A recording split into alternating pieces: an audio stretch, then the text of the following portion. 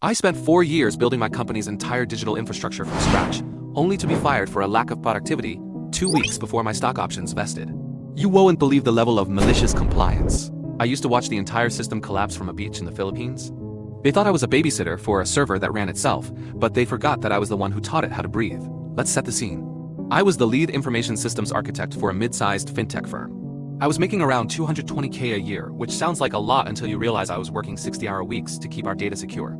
Then came Chad. Chad was the new VP of operations, a guy who thinks cloud computing involves actual weather. Chad hated that he didn't understand what I did. He called me into his office and showed me a graph of my lines of code per day. He said, "You're idling. I don't see enough typing. From now on, you are forbidden from running any automated scripts. I want every update done manually so I can track your hours." I tried to explain. I told him, "Chad, those scripts prevent the database from fragmenting and crashing under heavy load. If I stop them, the system will eventually choke." He didn't even look up from his phone.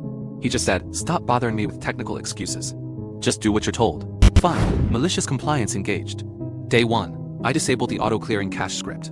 Day 3. I stopped the automated security patches. Day 7. Chad called me into his office again. He said, See? The server is running just fine without your magic scripts. You're redundant. You're fired." I didn't fight it. I handed over my badge and my laptop. I didn't mention that the main database had a full disk threshold that would be reached in exactly 48 hours without the maintenance script I had just disabled.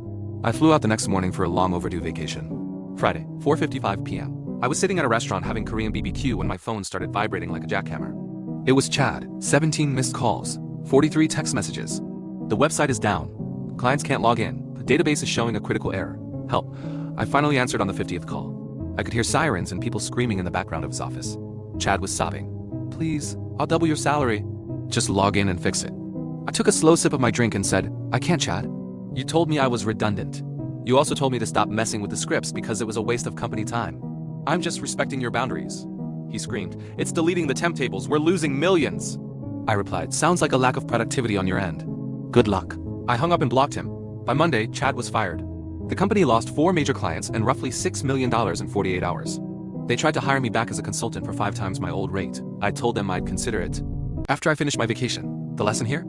Never fire the person who knows where the auto-destruct button is hidden, especially when they were the one who built the machine. Was I a hero for teaching them a lesson, or a villain for letting the system burn? Hit that like button if you've ever wanted to watch a toxic boss fail, and subscribe for more stories of corporate karma.